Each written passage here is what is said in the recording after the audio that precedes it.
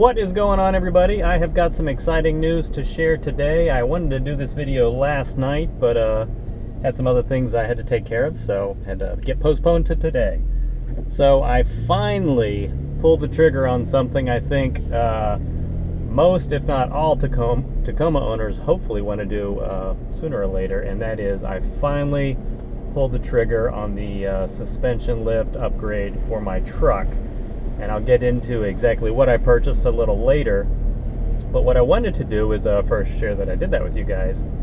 And someone's crossing the street right in front of me. Slow down for them. Alright, so not only I'm going to share what I did and what I purchased a little later, but I wanted to really share my experience with the whole process, because it's probably the single biggest purchase any Tacoma owner is going to do for their vehicle. Definitely the most important, especially if you get off-road, obviously.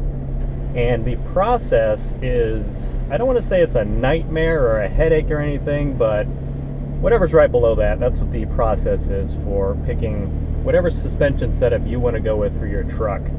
Because I think this is probably pretty universal, but for me at least, I found myself falling into the trap of you find something you like, and then you realize just for a little bit more money you could get something a little better, and after you look at that thing, well, for a little more money you can get something even better. And this goes for the springs, leaf packs, the shocks, coilovers, everything. And it sort of becomes ridiculous because, like I said, that just continues on until you go from $1,000 lift that would probably be perfect for you to, before you know it, you're in the $3,000-$4,000, full setup, and then you get there and you're like, well, hell, I could just go ahead and get a long travel kit, which is, the higher end of the price range, obviously. So what I would definitely recommend for anyone who is still shopping around for the lift they're going to get for their truck, just sit down and figure out what you're going to be doing with your truck and what you really need. I think we all, if budget's not an option, if budget's not the limiting factor, obviously, I think we would all want to get the most expensive thing we could, obviously, because that's human nature. But I think what people should really do for their suspension kits is, like I said, just sit down, figure out what you really need. Obviously, most of us, 95 to 99% of the time, our trucks are just on the highway or rolling around the mall parking lot like some of you love to do. So obviously you need to have something that's going to be practical on the road. For my truck, it's my daily driver. I drive 24 miles in the morning to work, 24 back. I'd like to get off-road once a month, but that really doesn't happen. So it's probably just 5 or 6 times a year to local trails. I'm in Northern Virginia, and we don't really have tons of options out here, so you have to drive a little bit. So you have to get something that's going to be practical, not only off-road, obviously, with all the capability you want and need, but something that's going to actually get you there and still be safe and comfortable. You don't want it to be too stiff on the road, etc. Once you start throwing the tires on there, you don't want anything to be too loud. So just sit down, figure out what you need, and then go from there. When I was going through the process and looking at all the kits, there was stuff, I found myself, it's like, this is what I want. Money wasn't really an option, obviously within reason, but there's plenty of stuff I found myself just wanting rather than probably really needing. And the prime candidate for this was probably one of the Icon kits, maybe the Stage 2. And so I finally just figured, I can save a little money and get a less expensive kit. I don't want to use the word cheap, because the kit I ordered is going to be perfectly fine. Obviously the higher dollar kits like Icon, Fox, and King, yes, the Bride's probably going to be better, they're going to perform a little better, but I only go off-road a few times a year, so that really won't be a big issue for me. So I went with the more economical, which all in all, it was right at $1,600, shipped, tax, everything. So that leaves me plenty of money left over, versus if I had gone with, say, one of the Icon or King kits, plenty of money left over after purchasing this kit to go ahead and either go towards my tires or a front off-road bumper down the road. So I'm definitely happy with my purchase. Can't wait to get it on.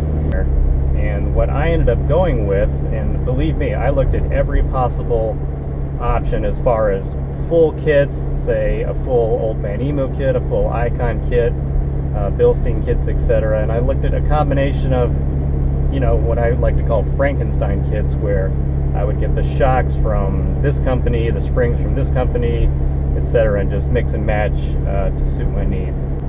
I used Headstrong Off-Road. I will put a link to their website in the description below. They are a fantastic website if you've never heard of them or used them. If their prices are not the lowest, they're right at the lowest, and they have free shipping on most, if not everything, in their store. And their customer service is unmatched also. I'll do a separate video praising them later. So what I ended up going with was sort of a Frankenstein kit, what I mentioned earlier. I went with one of Headstrong Off-Road's Bilstein kits. I have the adjustable front 5100s, shocks for the front.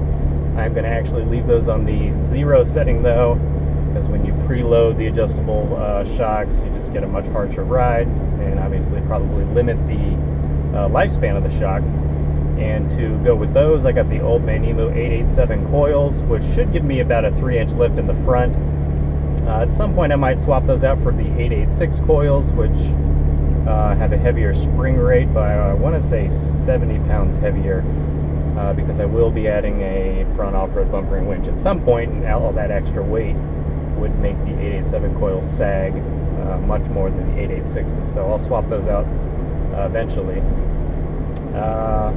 In the back, I'm getting the Old Man Emo Dakar pack, which should give me 3 to 3.5 inches of lift. And to go with that, the Headstrong kit has the stainless steel rear brake lines, because that definitely needed over the factory brake lines. And to go with the Dakar kit, to get the full max droop, I went with the Bilstein 5100 rear extended travel shocks, which I want to say they have 10, it's almost 11 inches of travel. And compared to even like the Icon extended travel rear shocks, I want to say those were 10.5 inches of travel. And everything else I looked at wasn't even close. So that is what I went with. I cannot wait to get it installed. Oh, I forgot to mention, I got the for the front, the light racing upper control arms, because I'm pretty sure it's usually recommended, if you check out on Tacoma World, anything at 2.5 inches of front lift or higher, definitely recommended you get aftermarket control arms so you can get better angles to get a proper alignment, so you're not, you know, drifting all over the place and wearing out your tires prematurely. I have not made my tire selection yet. I'm either going to get 285s or 255s, both of which are right at, you know, a 33-inch tire. Haven't made my decision on that 100%, but that'll be another video. So I cannot wait to get this stuff installed. Pieces of it have already shipped. A few others are going to ship in the next few days. So I'll do another video when all that stuff comes in, and obviously once I get it installed. So please come back for that video. And if you're just stopping by, go ahead and subscribe if you haven't already yet. And stay tuned for more videos. Thanks, and have a great day.